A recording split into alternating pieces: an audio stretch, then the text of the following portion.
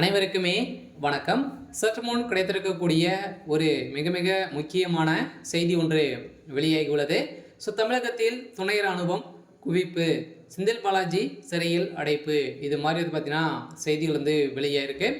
இப்போ சமீப காலத்தில் பார்த்தீங்கன்னா தமிழகத்தில் வரலாற்றிலேயே முதல் முறையாக ஒரு பேசும் பொருளாய் மாறக்கூடிய நிலைக்கு தான் இப்போ சம்பவம் மேலே சம்பவம் தமிழகத்தில் நடந்திருக்கு இல்லையா?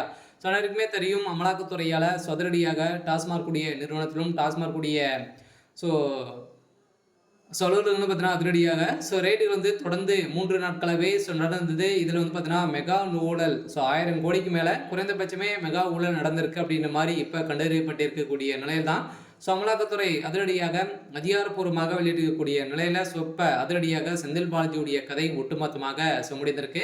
ஏன் அப்படின்னு பார்த்தீங்கன்னா செந்தில் பாலாஜி அவர்கள் தான் மதுவிலக்குத்துறை அமைச்சராக இருக்காரு.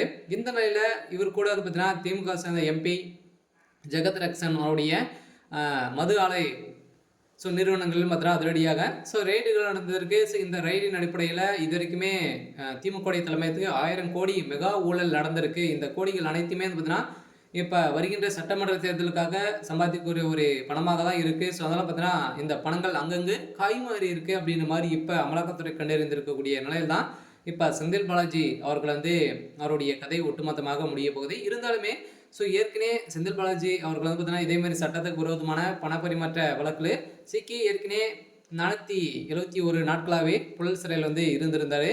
இதன் அடிப்படையில் தான் அதிரடியாக நம்ம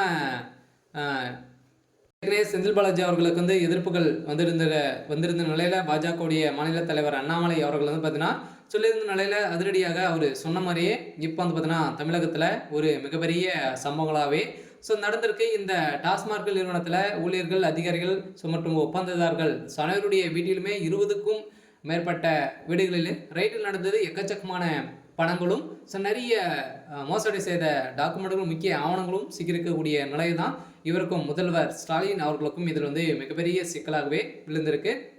அதனால் இப்போ செந்தில் பாலாஜியுடைய பதவியும் பறிக்கப்பட்டிருக்காங்க அவருடைய மீண்டும் சிறையில் அடைக்கப்படுறதுக்கான ஏற்பாடுகள் நடந்திருக்கு. இன்னைக்கு கைது செய்யப்பட போகிறாரு. இந்த நிலையில் தான் துணை ராணுவம் இப்போ பார்த்தீங்கன்னா குவிக்கப்பட்டிருக்காங்க. சென்னையில் ஒரு பரபரப்பாகவே ஏற்படுத்தியிருக்கக்கூடிய நிலை உருவாகிருக்கு.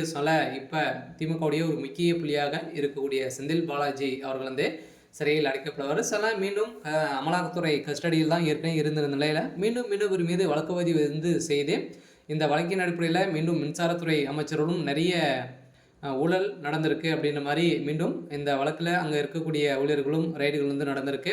இந்த ரைடின் அடிப்படையில் தான் இப்போ செந்தில் பாலாஜியுடைய கதை ஒட்டுமொத்தமாக முடிந்திருக்கு. இருந்தாலும் இதில் முக்கிய புள்ளிகளாம் திமுக தலைமைகளாம் பார்த்தீங்கன்னா இதில் சிக்கியிருக்காங்க. சொல்லக்கூடிய விரைவில் அவங்களுக்கும் அவசர ஒரு கோரிக்கையை செந்தில் பாலாஜியை வைத்திருக்காரு. இந்த பணங்கள் அனைத்துமே எங்கே இருக்குது அப்படின்ற மாதிரி அவர் ரகசியமாகவே சொல்லியிருக்காரு. இருந்தாலும் இந்த நிறுவனத்தில் நடந்திருக்கு. இருந்தாலும் என்ன நீதிமன்றம் என்ன தீர்ப்பு வழங்க போகிறாங்க அப்படின்றத வெயிட் பண்ணி பார்க்கலாம்.